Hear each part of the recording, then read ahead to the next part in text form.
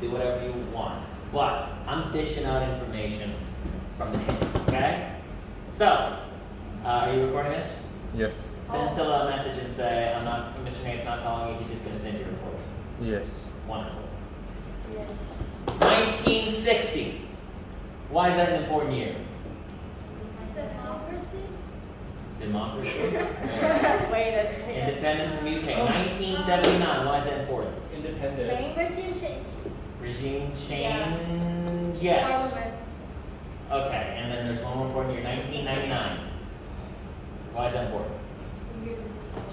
I add a little bit more information here just to make it more specific. Constitution. Yes, exactly. The fourth constitution, which is the first time that Nigeria has seen a substantial democracy. The first time Yes. Nigeria has seen a substantial democracy. And I add a little bit of information here before. In the textbook and other places, I didn't mention Sani Abacha, but Kobe, Mr. Kobe continuously emphasized him, and so on behalf of my beloved colleague, I will put him in the slides as well, okay? Nigeria is technically an unfinished state. There's a lot of problems there. You can skip to the very last PowerPoint to see some of those problems, but we talked a lot about that in our interview, Mr. Kobe. Did you see that? Wonderful. So there's a lot of divisions there, but first we need to talk about the structure, okay? So, it is federal. It is federal, but wait a second, isn't it mixed? Is Nigeria mixed? Or is it just presidential? Oh wait, I confused with Iran. Is Nigeria a mixed system? It's like America. It's just presidential, right? Mexico is just presidential also. Presidential. Okay. So our two presidential ones are Nigeria and Mexico. Our mixed is what? Russia? Iran. Yeah, Iran. Iran, yes. China is mixed also. And then the only one that's exclusively parliamentary is the UK. Alright? Three branches. Now, historically speaking, and this is still true to this day, and it is something that you do need to note down, is that the president in this system has more power than he should. Say it again. The president has more power than he should. And that is simply a consequence of so much ethnic division. Understand? Because if you lessen this executive, so the philosophy behind the three-branch system is that they all have equal power and check and balance each other, right? But this one kind of, instead of like a three-prong, it kind of looks like this one is a little bit higher. And the simple reason is because of just being pragmatic is you need one person to execute things in a much more powerful way than in a negotiative way. Make sense? So, the local states are very dependent on national governments, resulting in a number of issues. One of the things about Nigeria is it would be a dream come true if they become unitary in their resource allocation, but it would be an absolute nightmare in their politics. Understand? So, they have chosen to opt out of good resource allocation for local autonomy, you see? But because they have so much local autonomy, which, trust me, is the better decision, it still doesn't mean that they don't have regional economic disaster, you see? Now, the current president, his name is Buhari. Everyone say Buhari. Buhari. Buhari. Now, most of the time, the president comes from which of the three major ethnic groups? Sure, what's it called? Jason will give me one of the names of the three ethnic groups. Guardian Council.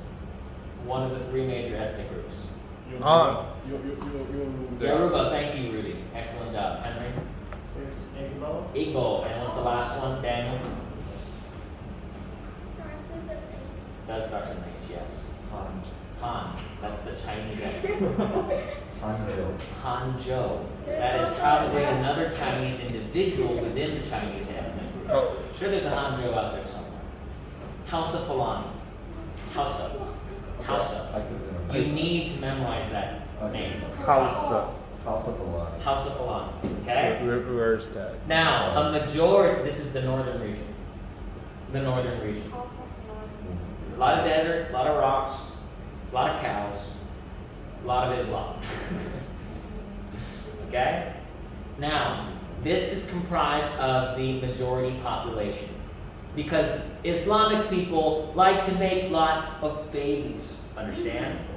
So considering that this country is a presidential system, which means that the people directly elect the head of state and head of government, right? So it's one and the same thing. It comes from the majority population.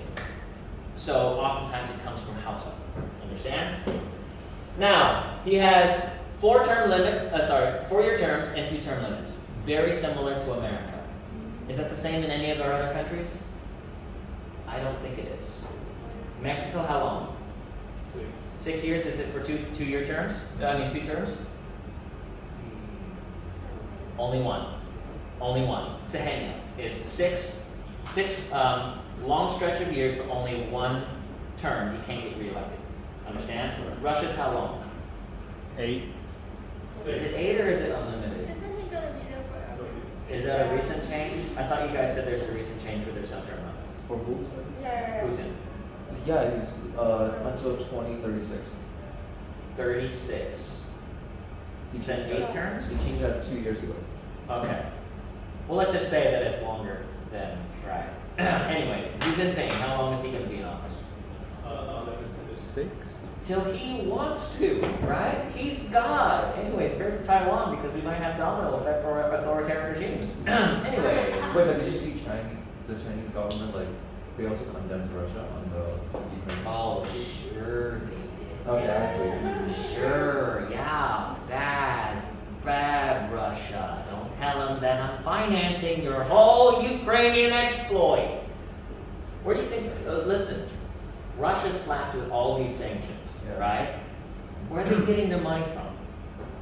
From China, their next door neighbor. You see, Russia would never do this unless they had backing from the bank. And who's the bank? China. Understand? Now, why is China not condemning Ukraine? Because they don't want people to put sanctions on China. Understand? Because if they do that, then they have justification to invade Taiwan. Understand? It's all a big global interconnected game. Make sense? Wait, I have a question about the presidential election thing. Sure. I didn't even explain it yet, sure. You know what? Go ahead and explain it first. Wonderful. Now, because of ethnic diversity in Nigeria, in order for you to be president, a candidate must get 25% of the vote in 2/3 of the 36 vastly diverse local state bodies. Make sense? Which means this. There's 36 different major local regions. The president needs 25% of each of those regions. I'll say it one more time. This is an amazing format. 36 different regions around Nigeria. Okay? This is a very poor drawing. Understand? This is Nigeria, and this is all of its local regions. Looks very different, right? Now, he needs 25% of literally every single one of these bodies. Understand? Sorry, of 2/3 of it, isn't that right? Of 2/3 of each of these different localities. Why is that the case? Why is that the case? Because he could just hyper-focus one region and it would not accurately represent the wishes of all of the other people in the region. So it forces even a Hausa guy to consider Christian freedoms. Oil distribution, upper class, things like that.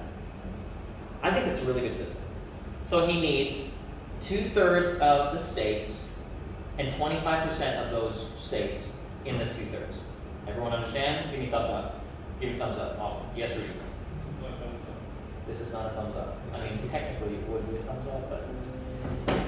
Okay. With runoffs if necessary. This ensures that the president appeals to very different ethnic groups within the nation. The president is commander-in-chief with the cabinet trying to represent each of the varying cleavage groups. Meaning this, within the cabinet, even if he's Hausa, he has Igbo in his cabinet. Even though he's Yoruba, he has Hausa in his cabinet. Understand? And remember, these bureaucrats, the head of the bureaucrats, right, are all different ethnic groups. Now that's good for solidarity in the government, but that's very bad for bureaucratic corruption. Understand?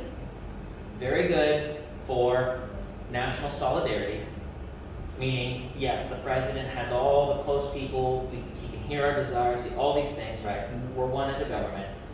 But the more it spreads out away from the president, the more it becomes more ethnically tied, and prebendalism comes in, and nepotism comes in. Make sense? So the top of the bureaucracies are different ethnics groups, and it looks good for the president, and it is good for the nation to look and see all of the different ethnicities up there, but the more it goes down, the more it becomes less and less legitimate. There's more and more corruption.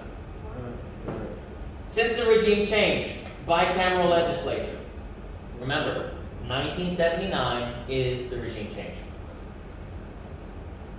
National Assembly is called the lower house. Sorry, National Assembly is everything. Upper house is called the Senate, lower house is the House of Representatives. Same terminology that America uses. Understand? What's the lower house called for UK? And the upper house? Lords.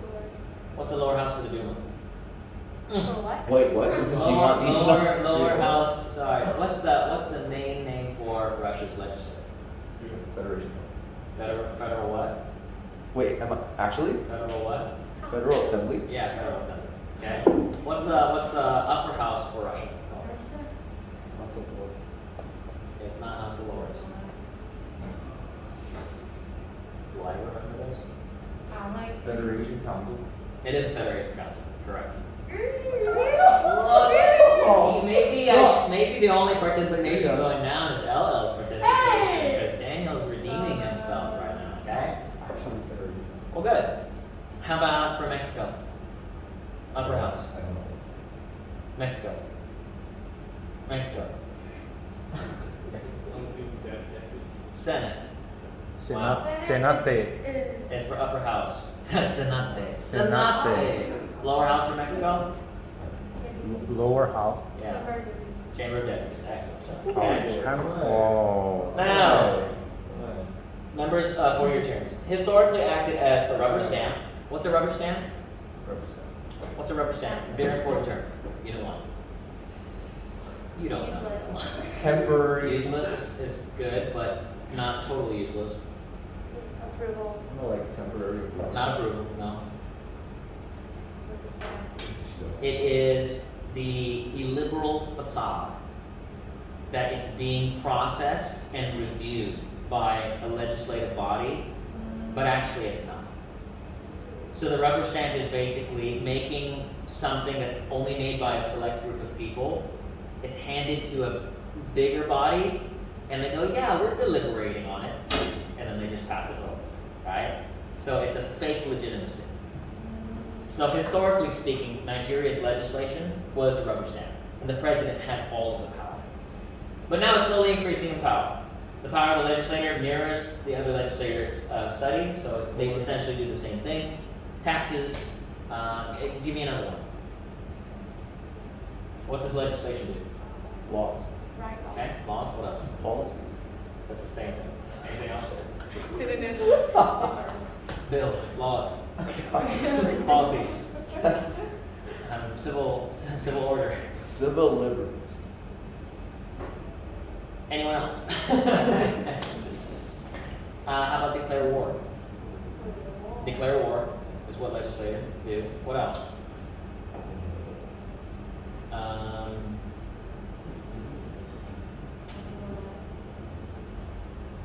Impeachment and votes of no confidence is what legislations do. What else? You guys know this. Anyways, 109 elected members, 36 states, one from the capital, Abuja. House of Representatives has 360. Single member districts with both houses using first past the post, but no PR. I'll say it again, no PR. What countries have PR? UK? What? You d- Oh, you can use the Oh, I second would- no. You know, I have an urge. I have an urge to throw you, but I'm not because there's lights on you and I need you. UK absolutely does not use VR. Russia has it. Russia has PR, yes, and who else? Did you just say China? That's- No! Wait, what are you Who uses PR? Mexico and here, one more. Mexico, Iran. Just name every country. Did I say Russia? Sorry. Russia and Mexico. Russia Oh. and Mexico. Okay? Uses PR. No, he's asking for one. Say it again. Russia and Mexico uses PR. What election does China use? No election. No election. Good answer. Look at you, Jason. Only, yeah, local. Exactly, which is pretty much negligible. Iran is first best post also, and then Nigeria is this one also. Okay? Supreme Court, created when the Constitution happened. Now theoretically it has judicial review, though it's never been used. And there are some of the requirements. And just like all the other ones, who is the one who nominates the judge? Who's the one who nominates the judge? You mean in Nigeria? I mean, in every system. Oh yeah, hold on. Well, that is in Iran. You're not wrong, right? Is there a more official way of, UK doesn't have an Ayatollah. The head of The head of government. government, yes, the head of government nominates the judges. Who approves the nomination? State. What do you mean the state? The whole thing is the state saying no. Head of state. The head of state Yeah. approves the judges. I No. think The that's queen right. approves Bojo's. Are you serious? The queen is having Danishes with Putin. The legislation approves. Head of government, I'm going to smack you with you in one PowerPoint. Head of government nominates. Right. Legislation approves. Okay? Now, long story short, Political parties and- political parties don't matter in Nigeria. I'll say it again. Political parties don't matter in Nigeria. Why? Because it has little to do with ideology and everything to do with personality. Okay? The People's Democratic Party, right? They have a really dominant political scene. So historically speaking, the most dominant party, this is something you do need to know, is called the PDP. Everyone say PDP. PDP. Okay. The leader of the PDP, his name is Goodluck Johnson. Good luck, Jonas. Good luck, Johnson. Sorry, Goodluck Jonathan. I always say Goodluck Johnson and Jonathan. Boris Jonathan, okay? Good luck, Jonathan, okay? Good luck, Jonathan. Good luck, Jonathan is a Christian, okay? Now, however, he lost legitimacy big time. Why? Because he didn't handle Boko Haram correctly.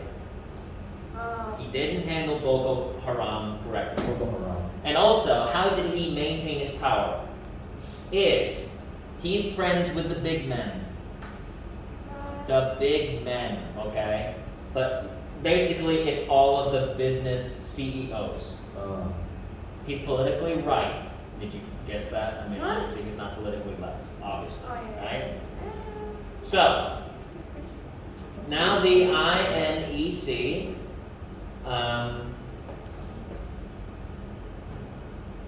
the INEC is, it is a government institution, but it's not like INE. INE for Mexico is, what is that? Institution of National Elections. But this one is Independent National Electoral Commission. What's the difference? Mexico, formal. Very, very formal attachment to the government. Right. This one is kind of like, it's not totally formal yet, but it is, it doesn't regulate elections. It's not a non-government organization. It is a government organization, but it does not regulate elections as strictly as Mexico. Make sense? it's almost like a nonprofit organization. Understand? It's almost like Green. Make sense? So it's like it is a school organization, but it's kind of like, yay, no pollution, yay, no ethnic elections, please. But they don't actually count votes. They don't actually do the same thing that INE does. Right. Now, question? No. Okay. Free press, representations. But listen, all of the other countries besides Mexico don't have a campaign regulation. Only Mexico. But the second best is these guys. Understand? Second best. Now, human rights are still not so good. Sharia law is used in courts in the north. Continuing decisions. That's, you can assume that. Any barriers, election disturbance. Many barriers to voting in Nigeria, such as election day disturbances, inaccessible polling locations, and a history of electoral fraud. They're aware of these things. They do protest, but that's because of their strong culture. But the military usually suppresses them and kills them in protests, okay? Now, we'll talk about this very soon, but the main source against corruption is not within the government, it's outside of the government. Strong civil society. Strong media, and this media is not formally attached to the government. Say it again, the media is not formally attached to the government. Now, how many ethnic groups are in Nigeria? You need to know 250. 250. There's Hausa Fulani, there's Igbo, and then there's Yoruba.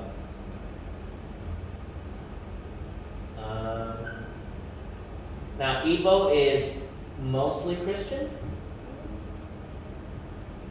I would say like 90% Christian, and this is the same region where Biafra is kind of around. Yeah. And the way they do law there is common law, similar to UK. Does anybody know what common law is? What's the difference between common law and statutory law? Come on, lawyers. Sing down. Are you a lawyer?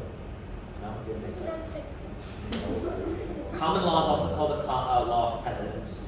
Law of precedence. Is this the thing of No, it's the thing you learned in quarter 2, remember, with UK? Yeah, with UK. What is yours? No constitution, yes, but the way that it's made is someone violates a ambiguous law, and then the court says, okay, now that the problem has come up, we need to decide what we should do, and whatever we decide with this case becomes the law. From But what past is, yeah, from a specific That's instance. what again? common So law. let me give you an example. BCIS, there's no gum. No gum allowed in school. Okay? Yeah. Wait, what? Are you guys confused about that? Wait, we No guns. banned gums? Guns? Guns? Oh wait, I thought we were talking about guns. Wait. Yeah, there's no gum in BCIS, even though there's Gum? Spain Gum? has a whole thing of gum back there. That's why I say only have gum after school. I mean, what, we were not allowed to have gum? You're not allowed to have gum. Really? I really didn't know that. Now listen, say for instance, you don't There's have gums gum, everywhere. but you have something that's chewy, like Haichu. haichu. Yeah, like haichu. Yeah. And you're chewing it like Yeah, this, yeah. and then Mrs. M gets upset, and you go, it's not gum, but it's haichu. And so they go, okay, we need to decide, is haichu allowed or not allowed? And then they say, okay, haichu is allowed. Well, that is common law. Understand? That law didn't exist until the need for it existed. Statutory law is you have a main rule, and the main rule is no gum. And then according to whatever local court there is, they say, in this particular instance, we're not going to allow haichu. And then 5 years later, another haichu incident comes up, and they go, well, in this particular instance, we will allow haichu. Make sense? So it's not built upon itself. It always goes back to the main statute. And then they do it again and again and again and again and again. And they don't decide future cases based upon past precedent law. They decide on it again. And then if they decide to change anything, they would change the whole statute. Wow. Make sense? Isn't common law where So you like did common that? law but on steroids. Not at all. Oh, you guys are ridiculous. What? I don't. Then for the I don't common understand law, statutory. Common law, understand? No gum. Then it has an incident with gum, and it says, we will allow this one. Yeah. So every case here, always this incidence. Understand? That's common law. Can it never be changed?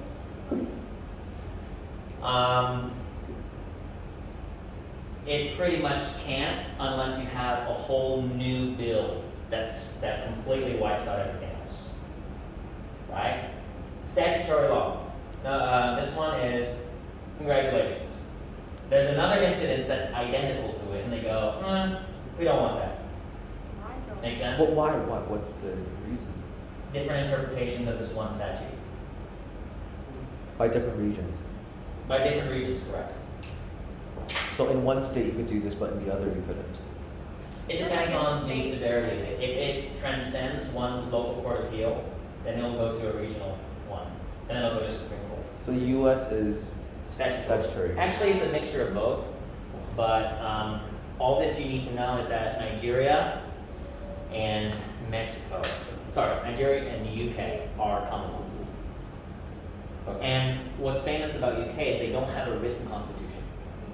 They don't have a written constitution. Okay?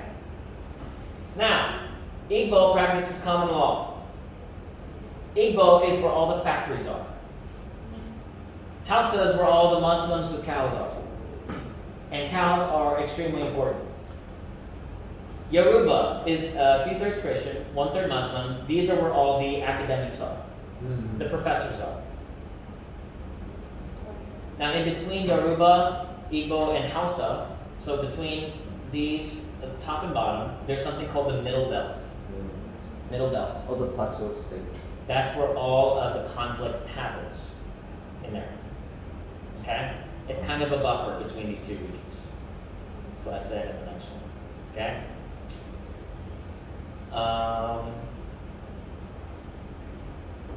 It says here Nigeria is an illiberal democracy simply due to the plague of high corruption rates and inaccessibility for government to the government for citizens. However, they are a positive trajectory towards liberalism. Now, remember how I told you that authoritarianism and democratization is kind of a spectrum here? So you have China and Iran, then you have Russia, kind of in the middle is Nigeria, and then you have, what's this one? Well, it's just UK, really, UK is in the middle. I mean, you have Mexico, and then you have UK. Strong culture of prebendalism, and this has to do with family connections or nepotism. We talked a lot about this with Mr. Kobe, right? Sorry. Sure. Why is it that you said in a bureaucracy, like, because there's so many ethnicity that it allows prebendalism? So, here's the president, and he's not going to get favor from people unless he has a cabinet full of people who are diverse, right? Which is awesome, but the more you go down, right? The more, so this guy, let's just say he's a Hausa, right? Now, at first, this is okay. But the more it leaves the president, the more it goes, let's not do what the president wants, let's do what Hausa wants. The further it goes down. Why is that? Because that's the way that power works. You make decisions for yourself. So this, well, over here, let's just say this is the Ministry of Energy, right? Ministry of Energy, these are all the people, where should we put the factories, what should we do, right? And then all of a sudden this is here is, which kind of workers should we hire? And then that's when the nepotism comes into play. Make sense? Who should be the head of some of these factories? Who should, and then they say, I want my family and I want to have corruption. And so that's where all of these guys come into play. Now, this guy has legitimacy because he has all of these people working together, and that's necessary. But it's almost doomed to have corruption because of these bureaucracies. But that happens everywhere. No, it does not. If you have a strong, independent judiciary, that doesn't happen. Oh, we're talking about government, we're talking about business. Anyways, civil society. Now this is a bullet. You guys ready? National Youth Service Corps. What do they do? It's a 2-for-1 special. One, big problem is people don't trust the military. Two, obviously, ethnic conflicts with religion and other things. This is a program done by the government. It's like ROTC. ROTC. And all of the young Nigerian people all come into the camp, and they all are forced to hang out with people their age, with different ethnic groups. This is really good. In fact, because of this, I would say the average Nigerian citizen is completely okay with you being a Hausa or being a Muslim. There's no hostility between individual citizen and individual citizen, but the moment it enters into the realm of politics or business, then there's a problem. Understand? So, it's really helped to solve some of these problems. Any similar? Is there any other countries that has a similar youth program? Russia. Yes. What's it called? Nashi. Boy Scout. Nashi. N-A-S.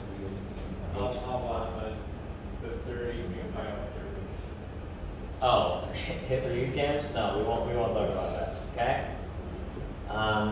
Now, there's also strong labor unions, especially in education, as well. Strong labor unions. So there's there's strong media, there's strong unions, there's strong political participation. Everyone talks about politics all the time in Nigeria. It's completely opposite of Russia. Completely opposite. Do you want to rank our countries on civil society strength?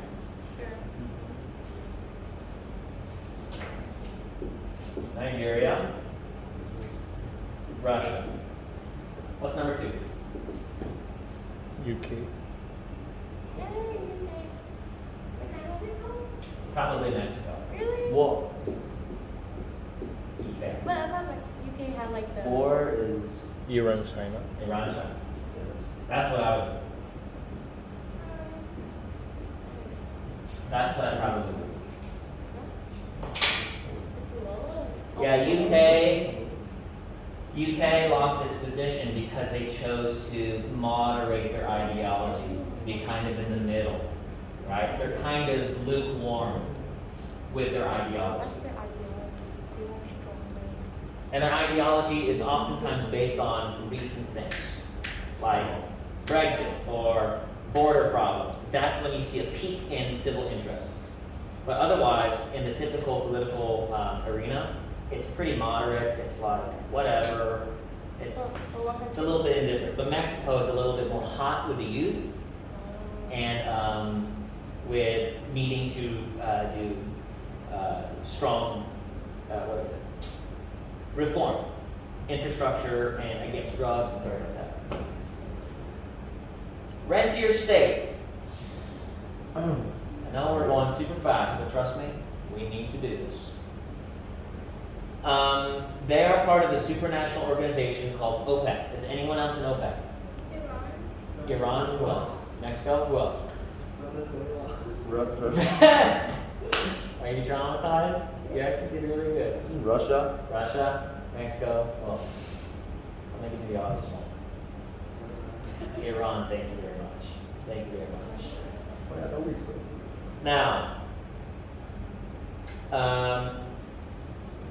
there is a lot of resource wealth, natural resource wealth in Nigeria. Can somebody tell me what resource curse is? Oil. Not necessarily. What's resource curse? They have a lot of resources and they should be rich, but they're poor. Okay, why are they poor? Resource curse? Yeah, what's resource curse? Say what? Is it because of corruption? Yes. Actually, no, not necessarily. But it's corruption is a correlation, but it's not what exploitation of food from who? From foreign countries. That's exactly correct. In globalization, if you have lots of resources, natural raw resources, you are doomed to be exploited by other countries. They'll say this, hey, we'll buy gold for 20 baht, and then they turn around and sell that gold for 2 million baht. That's what resource curse is. And then they say, no, but that's not fair. And then they say, oh, okay, then we'll just won't buy it.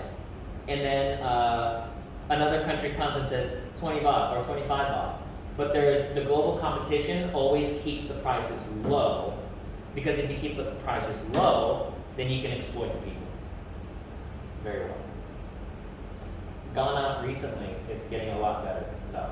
Because Ghana has chocolate and gold, and UK was like, oh yeah, we've had such a wonderful relationship. Ghana's like, I'm ending our trade partnership, right? And then you look at the stock market and gold prices spiked, right?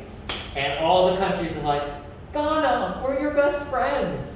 And so Ghana's finally trying to reverse the curse that they're a part of. It's very exciting. Now, there are business oligarchies, regional inequality, high population density. Let me go ahead and have Daniel do this one with you. Nigeria is an exceedingly impoverished nation state, seeing 90% of the population living on less than $2 daily, which is 58 baht. I'm sure that's.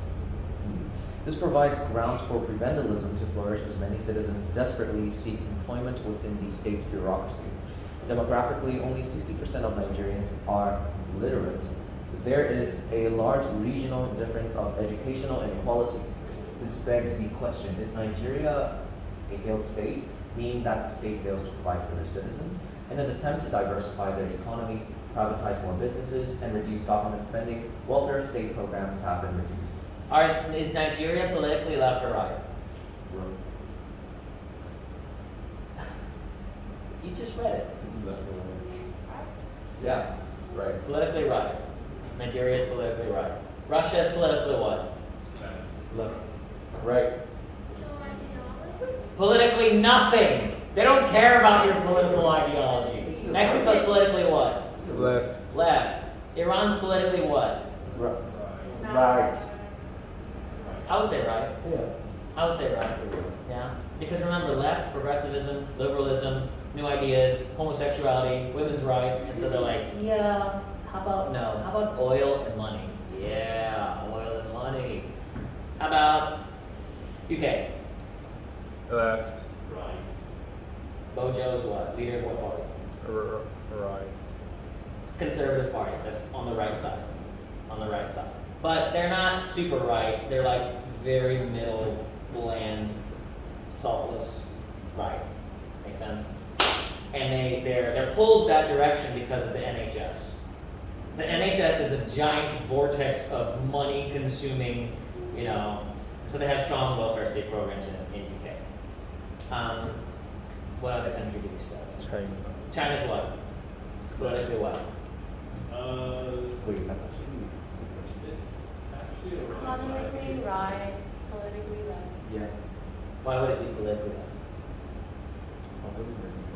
The ideologies on foods. Its culture, its values would probably be left, but the way that it acts is right. Remember how I told you it's right in its hands, but it's left in its heart? One country, two systems kind of thing? And so that's kind of what they're trying to balance. Now, at the turn of the century, Nigeria went into massive debt and called for liberalization. Multinational corporations, a joint venture mixture of pluralism and corporatism, private and government approaches to business and interest groups, are the means of oil production and allocation. However, corporations that are owned by the state, parastatals, do exist. Nigeria is arguably moving towards a pluralist. So Nigeria technically is a corporatist country. Corporatist country. What's the big giveaway? Big bureaucracy. If you have a big bureaucracy, you probably have it's probably corporatist, right? But they're trying to move more towards pluralism. Now, let's talk about this. They're basically a terrorist group called MEND, M-E-N-D.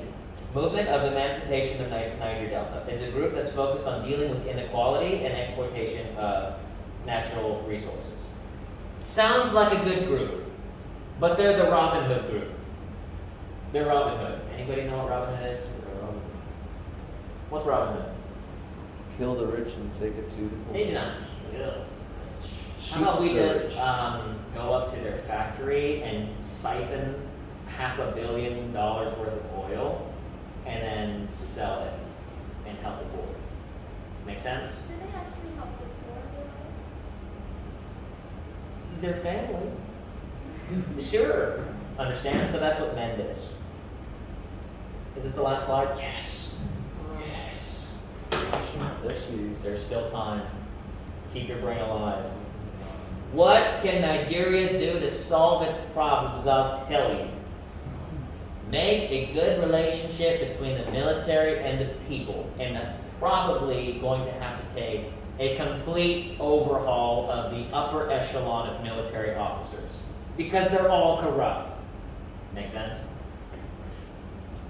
Number 2, pressure the state to solve human rights violations and economic inequalities with poor resource allocation from the federal government to the local state bodies. They somehow need to have better allocations, right?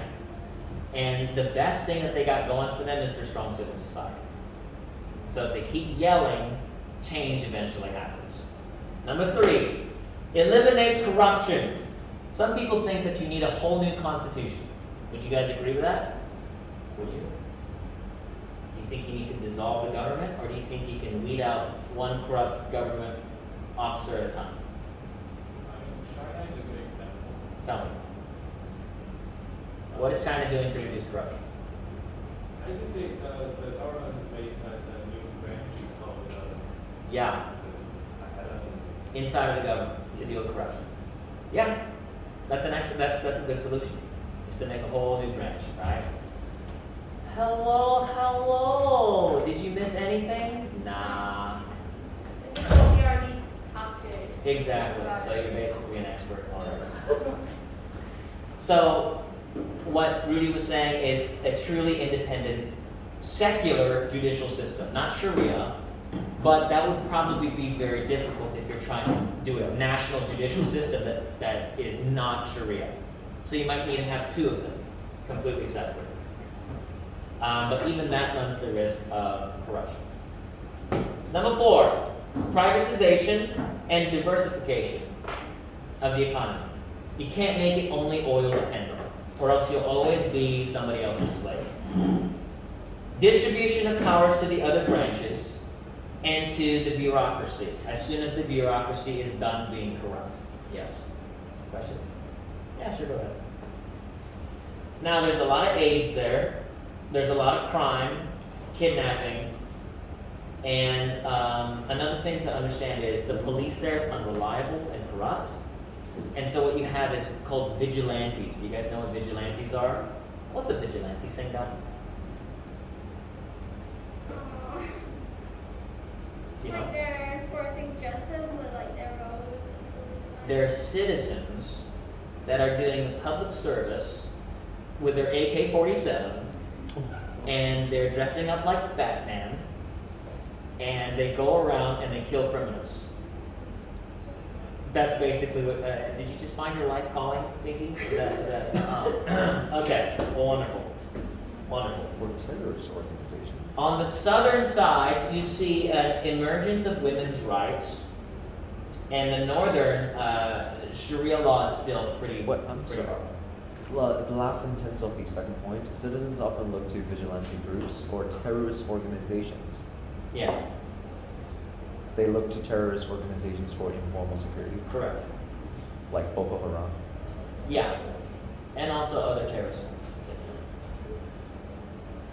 Wait, so is Boko Haram fighting the government or is Boko Haram terrorizing the citizens? Which one is it? Both. Boko Haram is just basically, in a nutshell, anti-Westernization. But extreme anti-Westernization.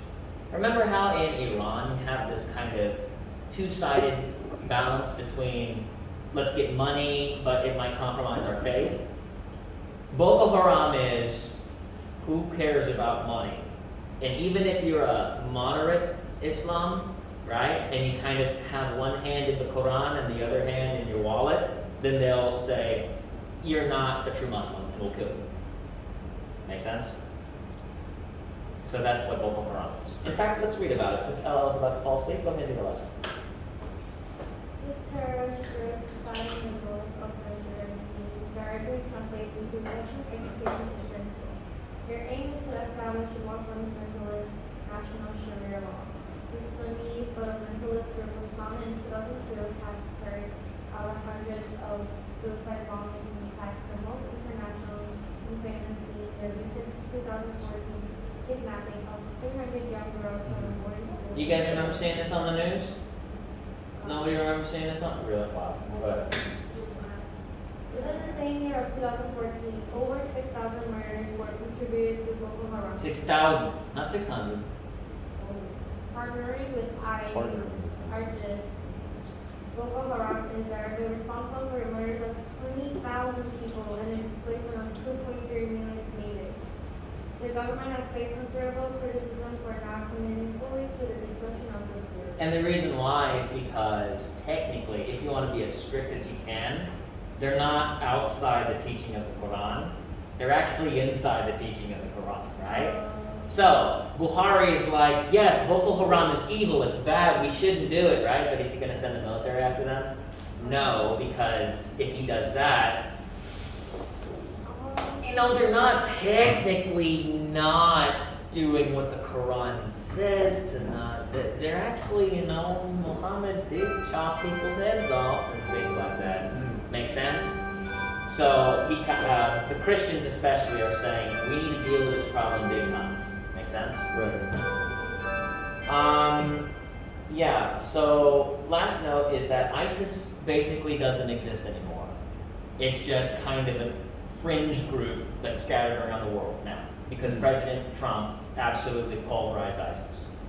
Remember? ISIS doesn't exist anymore. Trump just blew them off the face of the planet. Yay, Trump. Good job for foreign policy. Right? But they still have ties with other Islamic groups that have the same anti-Western sentiment. Yes? What about the thing Mr. Colby said that like the leaders of like Boko Haram or something were like generals? Yeah, in the military. So like is that why they're still there? And do you remember that one guy who's this massive anti-corruption officer, but he was actually one of the main corruption guys? That's Nigeria, in a nutshell. Yeah. Okay, we still have time. I'm going to give you your FRQ bullets. Are you ready? And we'll be done.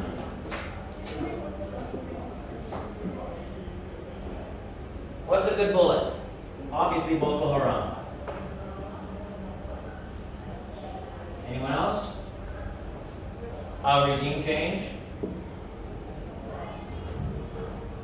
and constitution. Number 3, men. Men. Number 4, ROTC. yeah, what's that called? National Youth NYSC. something core. What else? Prebendalism.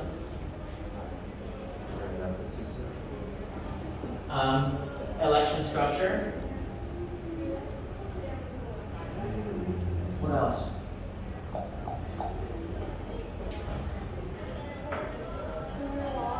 House Apoloni.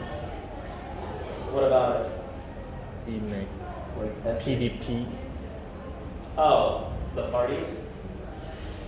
I wouldn't necessarily say that. the ethnicity. I would say the different kinds of civil society.